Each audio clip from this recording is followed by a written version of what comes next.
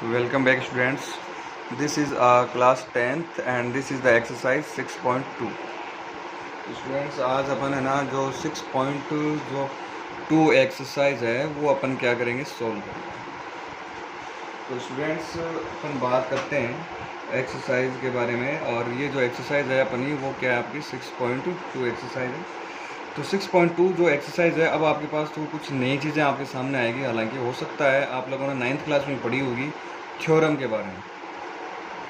तो स्टूडेंट्स अब जो 6th चैप्टर है इसके अंदर बहुत सारी थ्योरम भी है, जिन थ्योरम को अपने को क्या करना है, प्रूफ करना है। एग्ज़ाम में आपको ना थ्योरम प्रूफ करनी आती है। सो स्टूडेंट्स, कैसे अपन थ्योरम को प्रूफ करना है, किस तरीके से अपने को थ्योरम को लिखना है, इसके बारे में आज अपन स्टडी करेंगे। तो जो 6.1 तो अपनी कंप्लीट हो गई थी, और 6.2 जो है उसके अंदर स्टार्टिंग में सबसे पहले कुछ 2 थ्योरम है, और सबसे पहले अपन ये जो दोनों थ्योरम है ये अपन क्या करेंगे स्टूडेंट्स, प्रूव करेंगे। तो this is the theorem number theorem 6.1। आपसे ना एग्ज़ाम में ना ये स्टेटमेंट है ना, ये थ्योरम का जो स्टेटमेंट होता है, ये स्टेटमेंट आपको दिया हुआ होगा। यानी थ्योरम का जो ये स्टेटमेंट है ना, ये आपको ऑलरेडी एग्जाम में क्या होगा स्टूडेंट्स, गिवन होगा। ये जो थ्योरम का स्टेटमेंट है ये आपको दिया हुआ होगा। बस है ना आपसे बोला जाएगा कि आप है ना इस स्टेटमेंट को प्रूव करो। तो ये जो थ्योरम 6.1 है, इसका जो स्टेटमेंट है वो क्या कह रहा है, if A line is drawn parallel to one side of a triangle. यानी आपको इसमें स्टूडेंट्स यहाँ तक देखो, इफ़ ए लाइन इज ड्रॉन यानी अपने को एक लाइन ड्रॉ करनी है, पैरेलल टू वन साइड यानी कि एक साइड के पैरेलल ऑफ ए ट्राइंगल की। चलो अपन एक ना ट्राइंगल ले लेते हैं। यहाँ पे सपोज करो ये एक ट्राइंगल है आपका, और इस ट्राइंगल का नाम है suppose that AB and C। अच्छा, क्वेश्चन कह रहा है कि if A line is drawn parallel to one side of a triangle, यानी कि ट्राइंगल की एक साइड, मान लो मैं BC ले लेता हूँ, और ये जो BC साइड है ना, इसके पैरेलल में अपने को एक लाइन ड्रॉ करनी है। और ये जो लाइन है ना, इस लाइन को अपन नाम दे देते हैं DE। और ये जो DE जो है ना स्टूडेंट्स, ये ना BC के क्या है, पैरेलल है।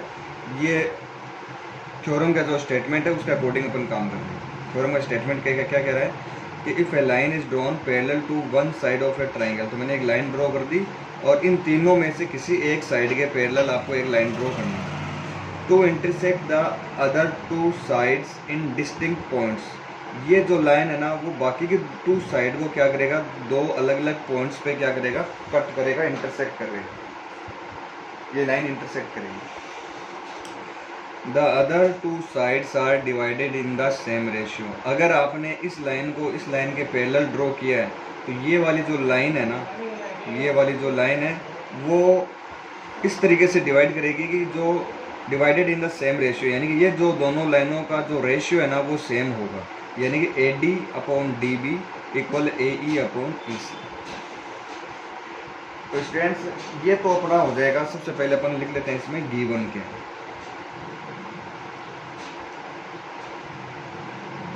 कोई भी थ्योरम हो, सबसे पहले आपको क्या लिखना है, गिवन लिखना है। तो गिवन में आप लिखोगे we have a triangle ABC।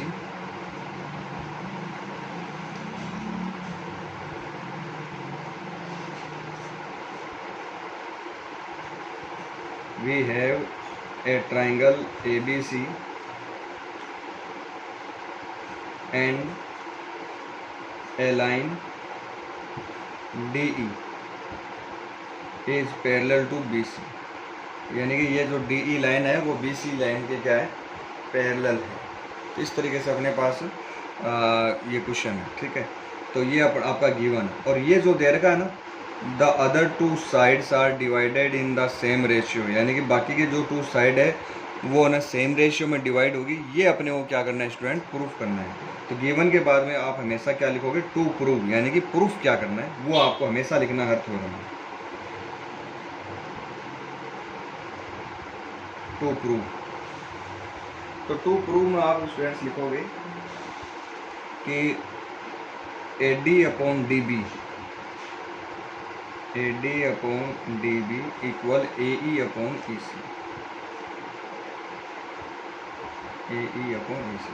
ये तो हो गया गिवन। क्या गिवन क्या है कि अपने पास एक ट्रायंगल है और उसमें एक लाइन ड्रॉ की हमने डी ई, जो डी ई है ना वो बी सी के क्या है, पैरेलल। डी ई जो है वो बी सी के क्या है, पैरेलल। ठीक है, इसमें मेरे हिसाब से कोई दिक्कत नहीं है।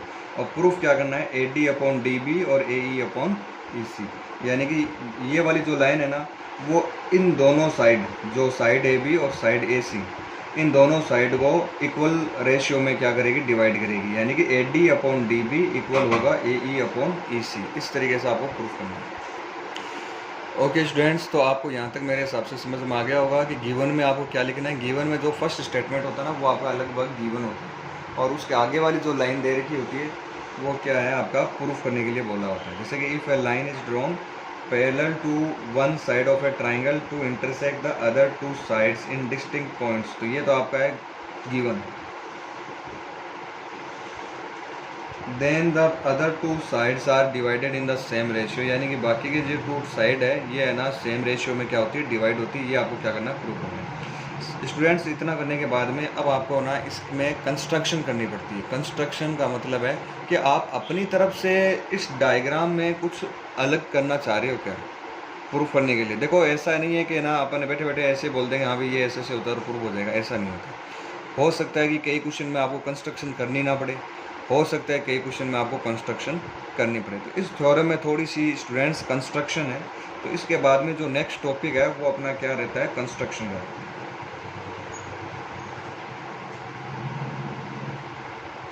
तो स्टूडेंट्स जो कंस्ट्रक्शन है वो देखो आप, मैं इसमें देखो कैसे कंस्ट्रक्शन करता हूँ।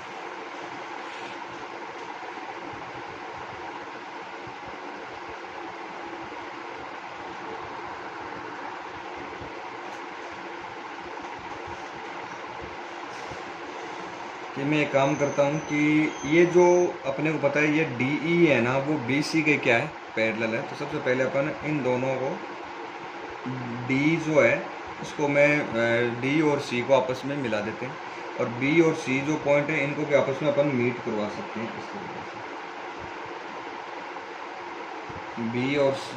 बी और ई, ये वाला जो पॉइंट है ना आपका, ये क्या है आपका पॉइंट ई है।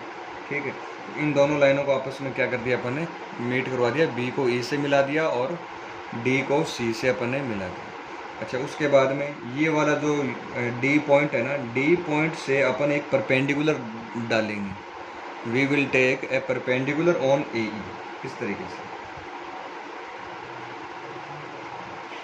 ये जो डी से एक परपेंडिकुलर डाला, A B C D E F, ये वाला जो पॉइंट है इसको अपन नाम दे देते हैं कि ये कौन सा पॉइंट है स्टूडेंट्स, एफ पॉइंट है। और यहाँ से अपन ने परपेंडिकुलर किस पे डाला है, ए ई पे डाला, यानी ये वाला एंगल आपका 90 डिग्री है और ये वाला एंगल भी क्या आपका 90 डिग्री है। ठीक है, मेरे हिसाब से यहाँ तक कोई दिक्कत नहीं है। अच्छा, जैसे आपने डी से इस लाइन पर आपने परपेंडिकुलर डाला था, वैसे आप ई से, ये वाला जो पॉइंट है ना ई से आप ए डी पे भी क्या डालोगे, एक परपेंडिकुलर डाल सकते हो इस तरीके से। और ये वाला जो एंगल है ये भी आपका क्या हो जाएगा, 90 डिग्री हो जाएगा। और इसको अपन नाम दे देते हैं A B C D E F, इसको नाम दे दो जी।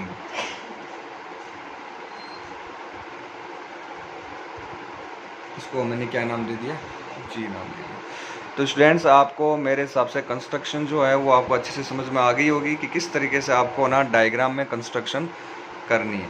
सबसे पहले आप है ना इन दोनों पॉइंट्स को आपस में आप मीट करवाओगे, और उसके बाद में एक परपेंडिकुलर डालोगे आप डी से ऑन ए ई, और एक परपेंडिकुलर डालोगे आप ई से ऑन ए डी। इस तरीके से स्टूडेंट्स आपको परपेंडिकुलर डालना है। तो मेरे हिसाब से यहाँ तक कोई दिक्कत नहीं है। ये जो वर्क हमने किया है, ये हमने ना देखो जो थ्योरम थी उस थ्योरम में तो ये वर्क दे नहीं रखा था, कि जो थ्योरम थी हमारी उसमें तो ये ना ऐसा करने के लिए बोला ही नहीं था कि आप ऐसा कुछ कर दो। तो ये वर्क जो है वो हमने अपनी तरफ से किया है।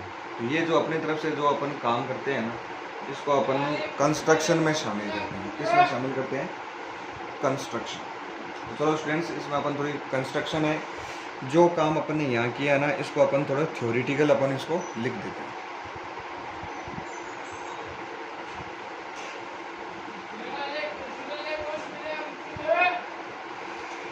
तो कंस्ट्रक्शन में स्टूडेंट्स अपन लिखेंगे join the point D and C and B and E.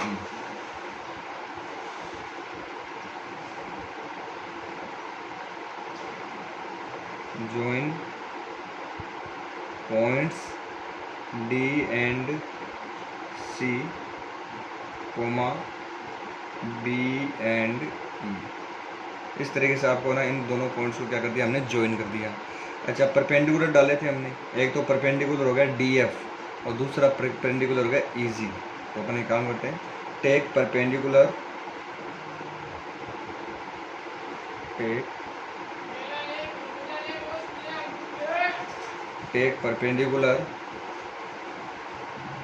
DF and EG on DF है वो परपेंडिकुलर किस पर है, AE पर परपेंडिकुलर है। ऑन तो जो EG जो परपेंडिकुलर है वो किस पर है, AD पर है। आगे लिख देना रेस्पेक्टिवली।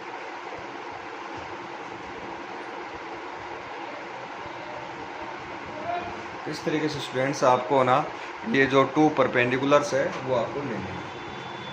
तो यहाँ तक मेरे हिसाब से आप लोगों को उसमें आ गया होगा कंस्ट्रक्शन अपने को कैसे करनी है। अब आज आपको मैं एक नई चीज़ सिखाने जा रहा हूँ, सारे बच्चे ध्यान से देखेंगे कि अपन ना ट्राइंगल का एरिया कैसे फाइंड करते हैं। तो ट्राइंगल का एरिया फाइंड करने का आपने 9th क्लास में फॉर्मूला पढ़ा है, हाफ बेस इंटू हाइट। तो एक सेकंड रुको,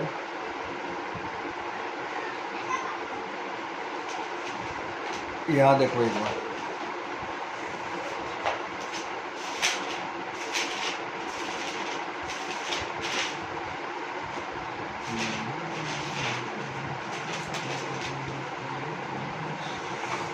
एक बार इस क्वेश्चन को काट देता हूँ। आपको ना ट्राइंगल के बारे में कुछ एरिया का फॉर्मूला बता देता हूँ। हाँ, ये जो मैं अभी समझा रहा हूँ ना, ये आपका थ्योरम में नहीं है, आपको ना एक्स्ट्रा चीज़ बता रहा हूँ, उसे समझ में आएगी थ्योरम। देखो कोई भी ट्राइंगल है उसका जो एरिया का जो फॉर्मूला है वो होता है आपका हाफ बेस इंटू में क्या होती है उसकी height, half base into height. अब मान लो आपके पास ये कोई ट्राइंगल है, ठीक है, ये ट्राइंगल हो गया आपका AB और C। तो हाफ बेस क्या ले लिया आपने, BC। अब बोलो हाइट क्या होगी। तो आप में से कुछ बच्चे सोच रहे होंगे सर हाइट AB हो जाएगी, गलत। हाइट AC हो जाएगी, ये भी गलत। तो हाइट क्या लोगे, हमेशा ना एक रूल है ना अपने गांठ बांध लो, क्या कि हाइट हमेशा परपेंडिकुलर होती है। हाइट हमेशा क्या होती है, परपेंडिकुलर होती है। अगर है ना कोई परपेंडिकुलर एंगल बन रहा है हाइट पे, अगर कोई लाइन परपेंडिकुलर एंगल बना रही है तो ही आप उसको हाइट ले सकते हो, अदरवाइज हाइट नहीं ले सकते। ये वाला 90 डिग्री एंगल नहीं है और ये वाला भी 90 डिग्री एंगल नहीं है। So we can say AB and AC are not height, ये हाइट नहीं हो सकती। तो फिर हाइट क्या लेंगे, तो आपको एक काम करना पड़ेगा, A से ना इस पर एक परपेंडिकुलर डाल दो जो यहाँ नीचे जाके कितने डिग्री का एंगल बनाए, 90 डिग्री का एंगल बनाए। और ABC मान लो ये हो गया आपका पॉइंट D। तो ये जो AD है ना, वो AD क्या होगी स्टूडेंट्स, आपकी इस ट्राइंगल की हाइट होगी। ये रूल है ना आपको हमेशा याद रखना, ध्यान में रखना। हाइट जब भी लेते हो तो हाइट हमेशा क्या होनी चाहिए, परपेंडिकुलर होनी चाहिए। अब जैसे राइट एंगल ट्राइंगल ले लिया, तो राइट एंगल ट्राइंगल में ये एंगल कितना होता है, 90 डिग्री का होता है। तो अगर आप है ना इसमें एरिया फाइंड करना चाहते हो इसका, तो हाफ बेस क्या ले लिया हमने, BC। तो हाइट क्या हो जाएगी, इसमें आप हाइट है ना AB ले सकते हो। क्यों ले सकते हो, क्योंकि ये ऑटोमेटिक एंगल कितना बना रहा है, 90 डिग्री का एंगल बना रहा है। अगर आप ऊपर से एक परपेंडिकुलर भी डालोगे तो वो ना ऊपर इसके एकदम ऊपर ही आ जाएगा, है ना। तो इस केस में ना आप हाइट क्या लोगे, AB आप जो है हाइट वो आप ले सकते हो। अब एक और एग्जांपल देता हूँ। अगर आपका कोई ट्राइंगल इस तरीके से बना हुआ हो,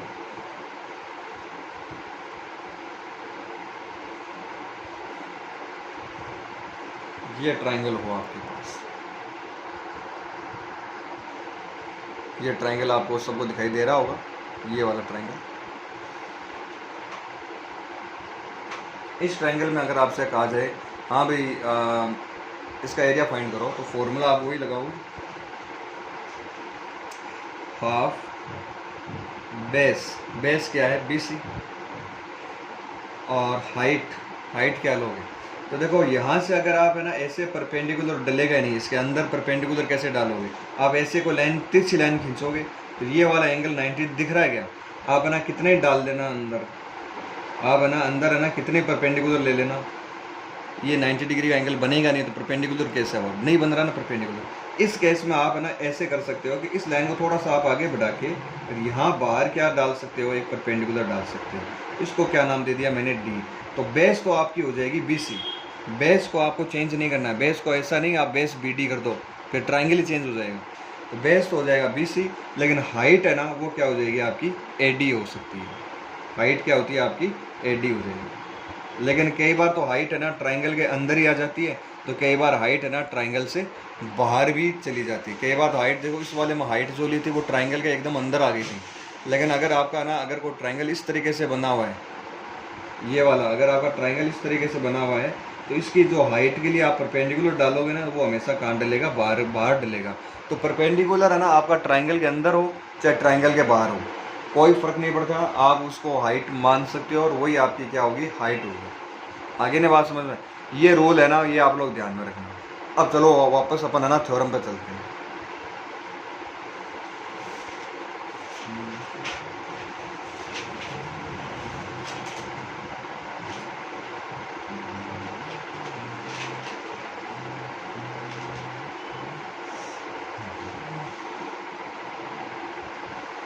तो स्टूडेंट्स कंस्ट्रक्शन हो गया था, अब अपन है ना इस थ्योरम जो है ना, इस थ्योरम को अपन प्रूव कर देते हैं कि किस तरीके से अपने को इस थ्योरम को प्रूव करना है वो देखो। तो मैं यहाँ पे लिख लेता हूँ next heading,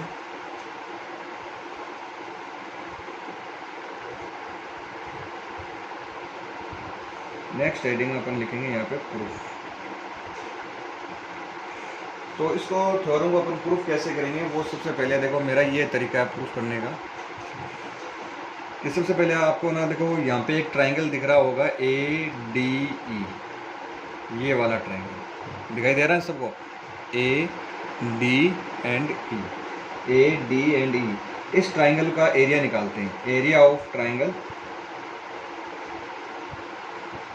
area of triangle AD, ठीक है। तो मैं इस ट्राइंगल का एरिया निकालता हूँ, तो फॉर्मूला मेरे पास क्या है, हाफ बेस। तो देखो मैं ना ट्राइंगल को थोड़ा सा अपन है ना जूम कर लेते हैं,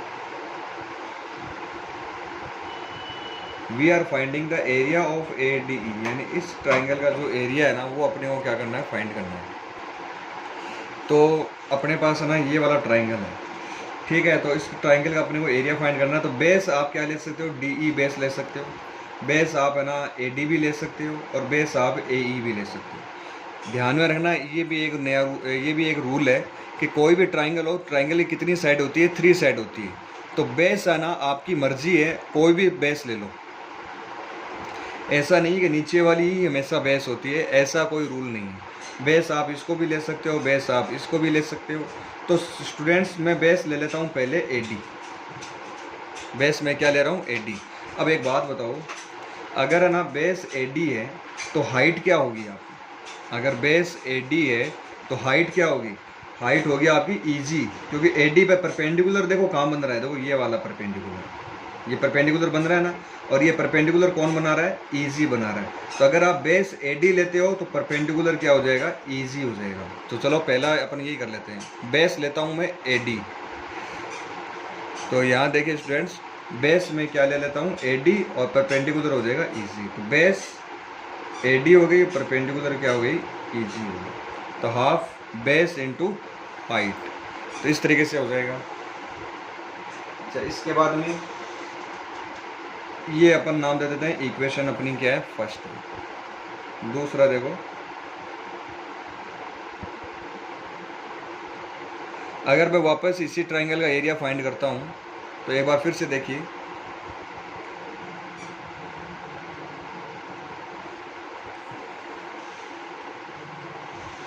here you can see that आपने पहले केस में बेस क्या ली थी, आपने AD ली थी, तो परपेंडिकुलर क्या हुआ था, ईजी हुआ था। अगर आप बेस AC बेस अगर आप AE ले लेते, A से E, अगर आप बेस AE लोगे तो परपेंडिकुलर क्या लोगे, तो आपको चेक करना पड़ेगा AE पर 90 डिग्री का एंगल कहाँ बन रहा है, देखो ये रहा। तब है ना आपका जो परपेंडिकुलर है वो क्या हो जाएगा, DF हो जाएगा। ठीक है, तो एरिया निकालने के अपने पास इस ट्राइंगल का एरिया अपन कितने तरीके से निकाल सकते हैं, 2 तरीके से एरिया निकाल सकते हैं। एक बार बेस आप AD ले लो और एक बार बेस आप AE ले लो। अच्छा, तीसरा तरीका भी हो सकता है, DE बेस ले लो, तो परपेंडिकुलर आपको यहाँ से यहाँ तक डालना पड़ेगा परपेंडिकुलर, लेकिन उसकी अपने को ज़रूरत नहीं है, इसलिए अपन वो नहीं लेंगे, अपने को केवल इन 2 की ज़रूरत है।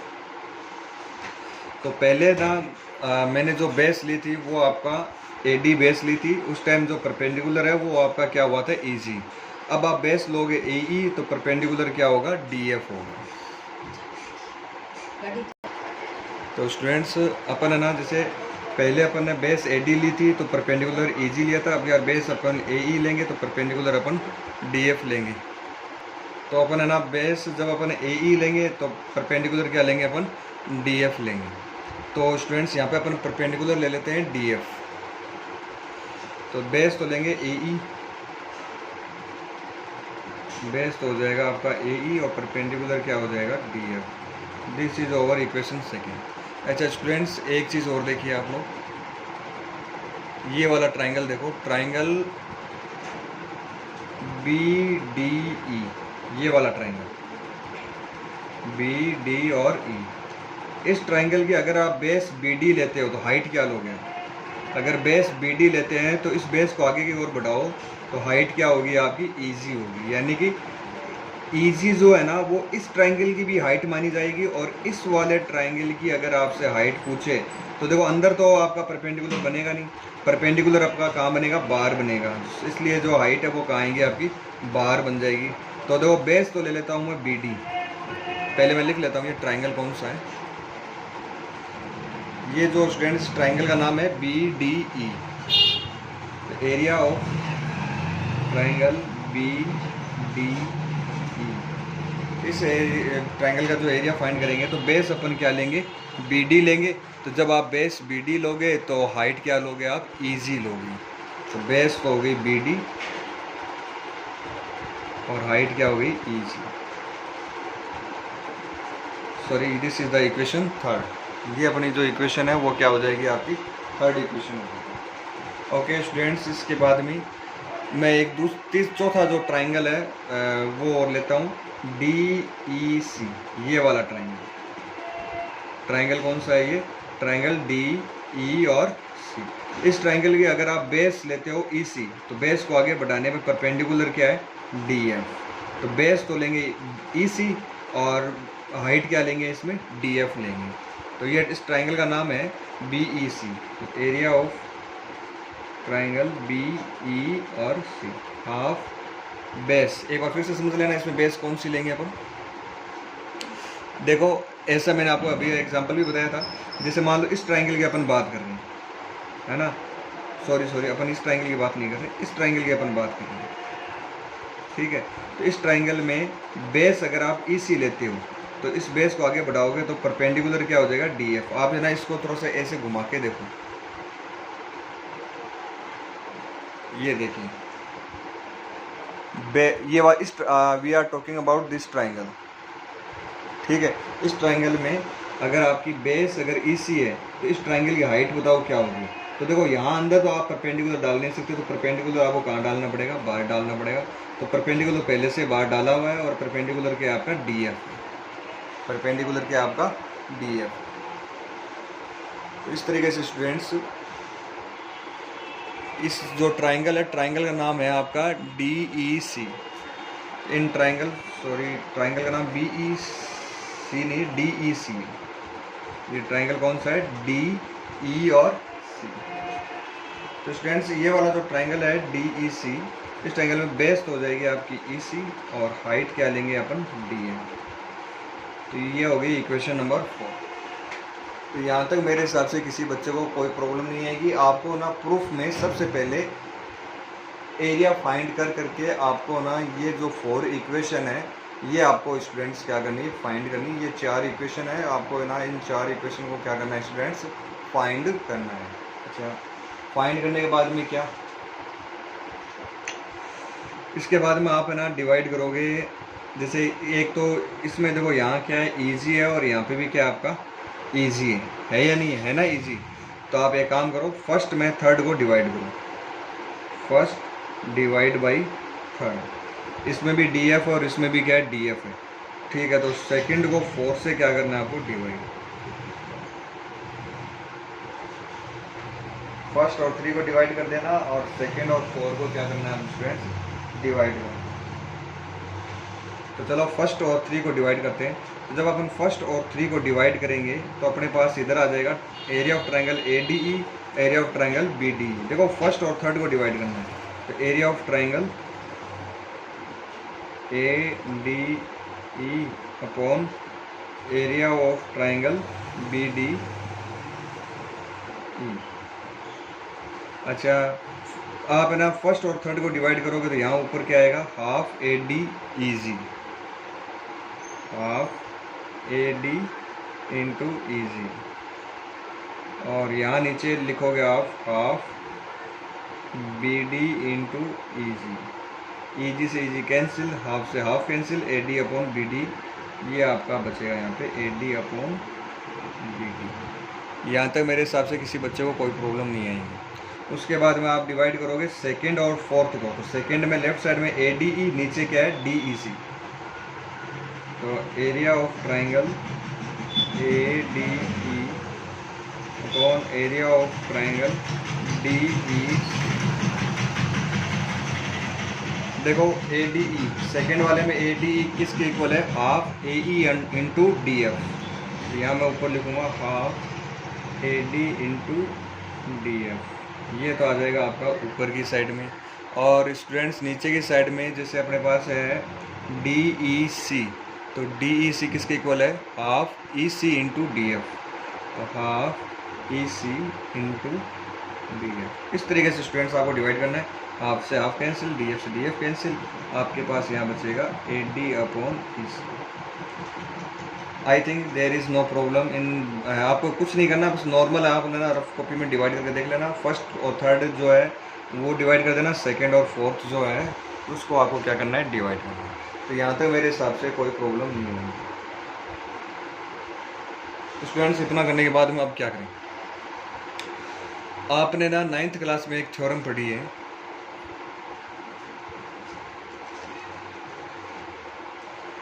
कि अगर ना कोई भी two triangle two parallel side के बीच में बने हुए हैं तो दोनों ट्राइंगल का एरिया हमेशा इक्वल होता है। जैसे आपको मैं यहाँ बना के बताता हूँ। अगर आपके पास इस तरीके से कोई टू पैरेलल लाइन है तो आप है ना एक ट्राइंगल है ना ऐसे बना दो, दूसरा ट्राइंगल आप है ना ऐसे बना दो। तो इन दोनों ट्राइंगल का बेस क्या है, यही तो है। इस ट्राइंगल का बेस ये आ गया और इस ट्राइंगल का भी बेस क्या आ सकता है, ये आ सकता है। अच्छा, दोनों ना सेम पैरेलल लाइन के बीच में बने हुए,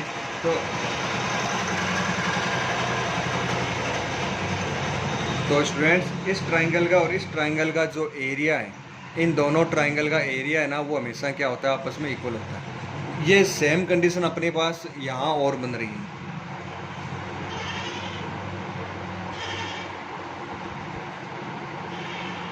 आपको क्वेश्चन में स्टार्टिंग में दे रखा है कि ये जो डी ई है ना वो बी सी के क्या है, पैरेलल है। क्वेश्चन के थ्योरम के स्टार्टिंग जो है वो आपको लिखा है कि डी ई जो है ना वो बी सी के क्या है, पैरेलल है। अब देखो इन दोनों के बीच में ना दो ट्राइंगल अपने पास, एक तो ट्राइंगल बी डी ई, दूसरा ट्राइंगल है डी ई और सी। अब देखो दोनों ट्राइंगल है ना इन दोनों पैरेलल लाइन के बीच में, तो इसका मतलब दोनों ट्राइंगल का एरिया क्या होगा, इक्वल होगा। तो आप इसको ऐसे लिखोगे,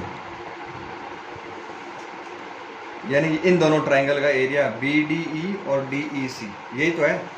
देखो बी डी ई और डी ई सी, डी ई और सी, इन दोनों ट्राइंगल का जो एरिया है वो क्या होगा, आपका इक्वल होगा। क्यों, क्योंकि दोनों ही सेम बेस और पैरेलल लाइन के बीच में है। तो स्टूडेंट्स आप ऐसे लिखो इसको, area of triangle B D E is equal to area of triangle D E C. इसका कारण लिखना पड़ेगा आपको। ये 9th क्लास की थ्योरम है, देख लेना वापस थ्योरम। बहुत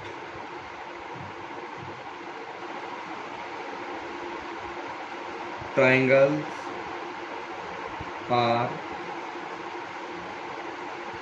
made on same base and between two parallel lines। इसलिए ना इन दोनों ट्रायंगल का एरिया भी क्या होगा, सेम होगा। अब एक बार है ना इस पे थोड़ा सा आप लोग गौर करो, इन दोनों पे देखो, यहाँ क्या दे रखा है, ट्रायंगल ADE, यहाँ पे भी क्या ट्रायंगल ADE, ठीक है। ये ट्रायंगल का एरिया है और ADE का एरिया है, तो ये तो दोनों ऊपर वाली जो है ना, इसका न्यूमरेटर और इसका न्यूमरेटर आपस में क्या है, इक्वल है ना। यहाँ पे भी आपको ADE दे रखा है और यहाँ पे भी क्या ADE दे रखा है, तो न्यूमरेटर दोनों में क्या सेम है। अच्छा, रही बात डेनोमिनेटर की, तो डेनोमिनेटर के यहाँ पे डेनोमिनेटर में दे रखा है BDE और यहाँ डेनोमिनेटर में दे रखा है DEC। आपने क्या कहा यहाँ पे कि BDE और DEC ये भी दोनों आपस में क्या इक्वल है, यानी कि न्यूमरेटर भी इक्वल हो गए, डेनोमिनेटर भी इक्वल हो गए। इसका मतलब ये पूरा है ना, वो इस पूरे के क्या हो गया, इक्वल हो गया।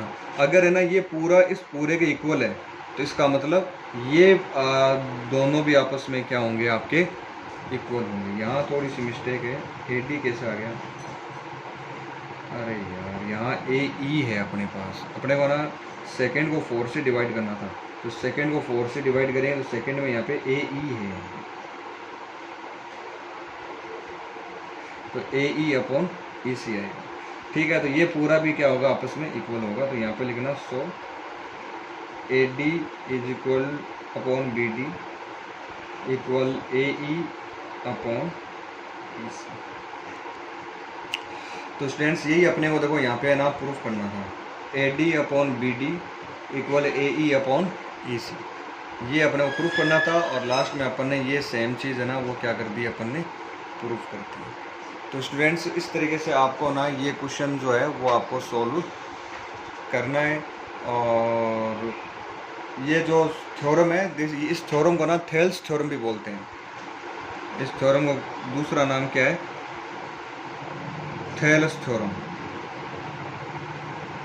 तो एग्ज़ाम में ना या तो आपको ऐसे भी लिखा हुआ आ सकता है कि थेल्स थ्योरम को प्रूफ करो, तब आपको ना ये जो स्टेटमेंट है ना, ये स्टेटमेंट, ये सारा सब कुछ याद होना चाहिए। अब बात करते हैं कि ये बहुत बड़ी थ्योरम होगी, कैसे करेंगे इसको तैयार। तो स्टूडेंट्स समझने के साथ साथ मेरी बात ध्यान से सुनना, थ्योरम एक ऐसी चीज़ है, समझने के साथ साथ आपको इसमें कुछ ना कुछ थोड़ी बहुत चीज़ें याद भी करनी पड़ेगी। थोड़ा सा आपको मतलब ना बार बार इसको याद करना पड़ेगा, तब जाकर थ्योरम याद रहती है। वरना ना आप तो ना ये जो है ना स्टेटमेंट को देख के आप ट्रायंगल तो बना दोगे, अब आपने कंस्ट्रक्शन अगर आपको याद नहीं है तो बैठे बैठे वहाँ पे करोगे कैसे, समझ गए ना। और फिर आपको अगर ये याद नहीं कि अपने को ना एरिया निकालना है और बेस क्या लेनी है और हाइट अपनी क्या होगी, तो समझो, समझने के साथ साथ आपको ना ये थ्योरम ना याद भी करनी पड़ेगी। तो आज है ना आप लोग एक काम करना, आज मैं आपको एक थ्योरम यही करवाऊंगा, ये आपकी फर्स्ट थ्योरम है, इसलिए थोड़ी सी आपको डिफिकल्ट लगेगा एक बार। आप है ना जैसे जैसे मैंने करवाया ना, इस वीडियो को बार बार देख के आप है ना ये थ्योरम है ना लिख लो एक साइड में, फिर है ना इसको कंटिन्यूस स्टार्टिंग से लास्ट तक समझो मैंने क्या लिखा है, किस तरीके से कंस्ट्रक्शन की है, समझो उसको बार बार। एक बार ऐसा लग जाने कि समझ में तो आ गया लेकिन याद नहीं है कि करना कैसे, फिर आप इसको ना याद करना शुरू करो। और कम से कम इस थ्योरम को ना आज आप लोग ना रफ साइड में बिना देखे, जब तक आप है ना 5 बार नहीं लिख लेते हो, 5 टाइम्स, तब तक ये सोचना कि हमें याद ही नहीं हुई थ्योरम। तो कम से कम इसको थ्योरम को पहले समझो, फिर इसको याद करो, फिर मिनिमम रफ साइड में आपको कम से कम 5 टाइम्स है ना इस थ्योरम को बिना देखे पेन से पूरा डायग्राम वगैरह सब आपको बिना देखे याद करना है। ये इंपॉर्टेंट थ्योरम है, ध्यान रखना। 6 चैप्टर में से कम 1 या 2 थ्योरम हर साल आती है। Thank you, have a nice day.